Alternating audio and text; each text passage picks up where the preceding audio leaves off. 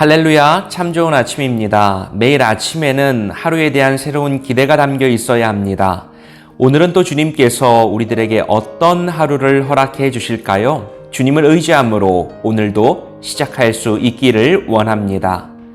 이런 이야기가 있습니다. 한 남자가 자살을 하려고 마포대교 난간에 올라갔습니다. 마침 지나가던 사람이 그것을 보고 황급하게 쫓아가서 그 사람을 붙잡으며 말했습니다. 제발 이러지 마세요. 인생은 소중한 것이 아직 많이 남아 있습니다. 남자는 붙잡는 사람을 쳐다보며 퉁명스럽게 말합니다. 도대체 뭐가 소중하다는 거죠? 살아가다 보면 하나님은 분명 당신에게 좋은 날을 주실 거예요. 혹시 종교가 있습니까? 남자는 조금 풀이 죽은 목소리로 대답했습니다. 네, 기독교입니다. 붙잡는 사람은 반가워하며 말합니다. 신앙인이시군요. 그럼 천주교인인가요? 개신교인인가요? 남자는 고개를 들며 작은 소리로 대답합니다. 개신교입니다. 붙잡는 사람은 환하게 웃으며 말을 이어갑니다. 나와 같군요. 그러면 감리교인인가요? 장로교인인가요? 성결교인인가요? 침례교인인가요? 남자는 힘없이 대답합니다. 저는 장로교회를 다녔어요. 붙잡은 사람은 반가워하며 또 이렇게 묻습니다. 그러면 예수교 장로회인가요? 아니면 기독교 장로회인가요? 우리 교회는 예수교 장로회라고 하는 것 같던데요. 붙잡은 사람의 목소리가 한층 커졌습니다. 세상에 이럴 수가, 저랑 똑같네요. 그럼 통합인가요? 합동인가요? 고신인가요? 대신 개혁 쪽인가요? 어디에 속하시나요? 저는 그런 거 잘 몰라요. 우리 목사님 말로는 그냥 통합이라고 하던데요. 그러자 이 사람이 씁쓸한 표정을 지으며 당신들은 잘못된 신학을 전개하는 이단이네요. 그냥 뛰어내리세요. 이렇게 말했다고 합니다. 물론 지어낸 가짜 이야기입니다. 그런데 어쩌면 우리의 현실을 보여주는 모습이라는 생각도 해보게 됩니다. 같은 예수 그리스도를 따르는 사람들에게 교단도 교파도 왜 이렇게 많이 있는 걸까요? 교회가 자꾸만 분열하고 나뉘어지고 차이를 두기보다는 믿음의 주요 또 온전케 하시는 예수 그리스도만을 바라보며 한 마음을 품고 각자의 자리에서 믿음으로 살아갈 수 있으면 좋겠다는 생각을 해봅니다. 야고보서 2장 18절에서 20절 말씀입니다. 어떤 사람은 말하기를 너는 믿음이 있고 나는 행함이 있으니 행함이 없는 내 믿음을 내게 보이라. 나는 행함으로 믿음을 내게 보이리라 하리라. 내가 하나님은 한 분이신 줄 믿느냐? 잘하는도다. 귀신들도 믿고 떠느니라. 아, 허탄한 사람아, 행함이 없는 믿음이 헛것인 줄을 알고자 하느냐? 개신교의 교단들이 이렇게 많이 나누어지기 시작한 것은 성경을 저마다의 관점과 상황 가운데 해석하고 거기에 따라 다른 목소리를 냈기 때문입니다. 물론 한국교회에서는 일제의 탄압과 또 전쟁이라고 하는 아픔의 상황 속에서 신앙에 대한 입장이 달랐던 역사성을 가지고 있습니다. 그러나 그 근본적인 기저에는 믿음과 그 믿음을 따라 나서는 삶의 모습, 믿음이냐 삶이냐라고 하는 것에 대한 입장이 달랐기 때문에 나타난 상황들입니다. 사람들이요, 목회자인 저에게 참 많이 물어봅니다.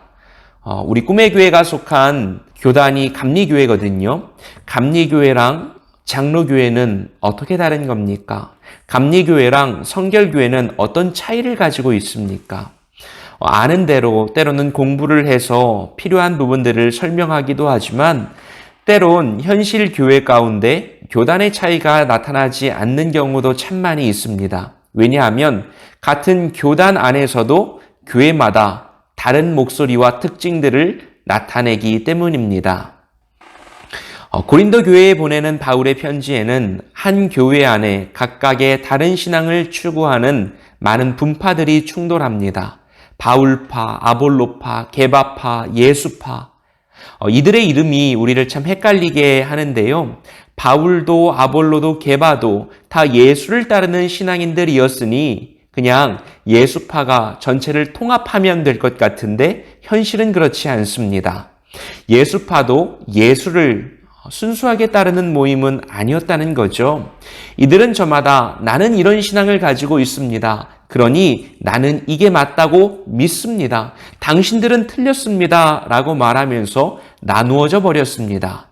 바울파는 바울을 따르지 않았고요. 아볼로파는 아볼로를 따르지 않았고 게바파는 게바를 따르지 않았으며 예수파는 예수님을 따라가지 않았습니다.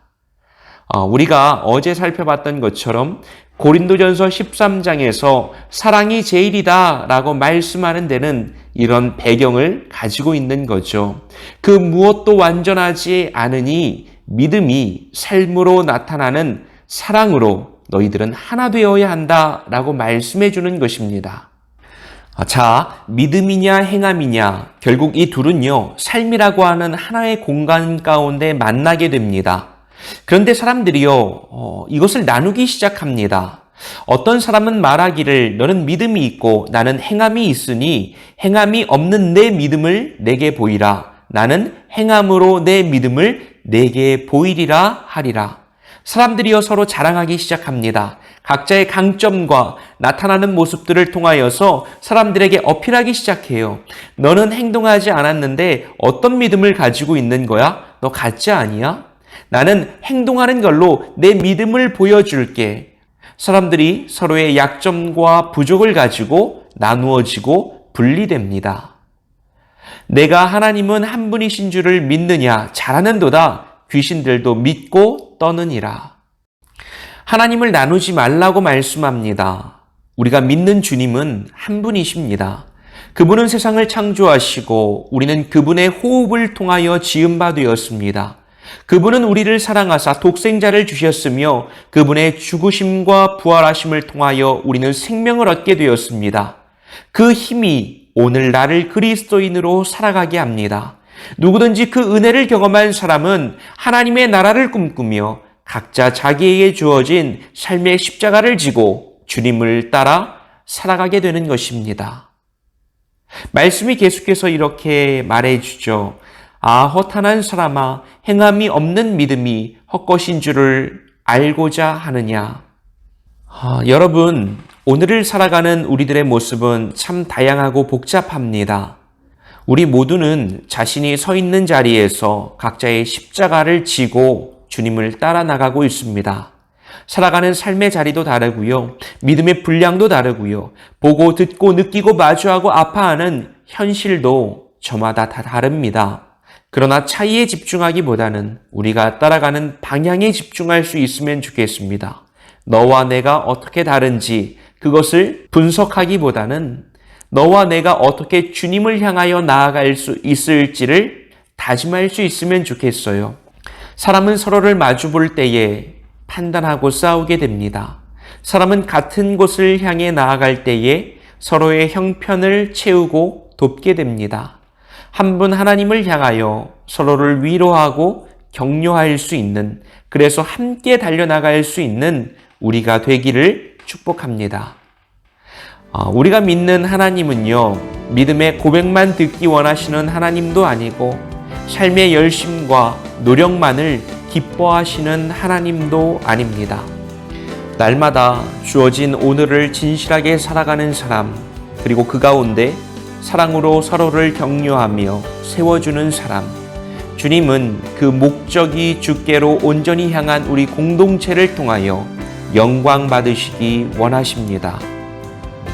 우리 이렇게 함께 기도하면 좋겠어요. 주님, 믿음의 주요 또 온전케 하시는 이인 예수를 바라보기 원합니다. 서로가 가지고 있는 부족함과 연약함이 있습니다. 그 차이에 집중하기보다는 한 분 하나님을 바라보며 하나 되고 협력하고 성장하는 우리들이 되게 하여 주옵소서. 그래서 우리를 통해 주님 영광 받으시도록 우리를 사용하여 주옵소서.